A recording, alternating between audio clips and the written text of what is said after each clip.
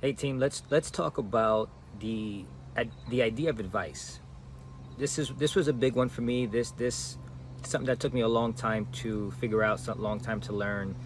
The idea that, and you hear this from a lot of different industries, a lot of different people. They say stuff like, you want to only listen to or take advice from people further ahead than you, or take advice from people who have what you're looking for, what you have. And I mean, you hear that, and it sounds like it makes sense. I mean, generally speaking, it's probably good advice, but I found that that's not always true, and that's not always the case. And so I think instead of looking at these types of advice that people give that tend to be kind of cliche or just very generic, I think a better way of looking at all of this is to focus in on how you think and how you figure out what outcomes you're going to go to, or decide to take in, versus just taking a platitude or some kind of cliche advice.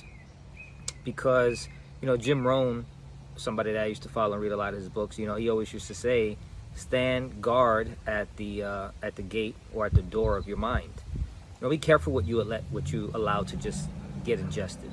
I've known a lot of people who have high levels of success. I've taken advice from these people, and a lot of times, and in many cases, have set me back years in my advancement, years in my business, years in my income. And the reason is simple, is because anybody can do anything one time, and just because you did it once doesn't really mean you know how to do it again. Some people are so naturally gifted in certain things. They found their niche, they found their skills, they found it, whether it's leadership, sales, speaking on stage, being charismatic. They get results that they don't know how to teach because they just know how to do it. And so they can go ahead and try to teach it and give you all the wrong advice. And so I think a better way of looking at something would probably be to look at it from a standpoint of what can be replicated. Anybody can do anything once. You might be able to do something twice, and it could be coincidence.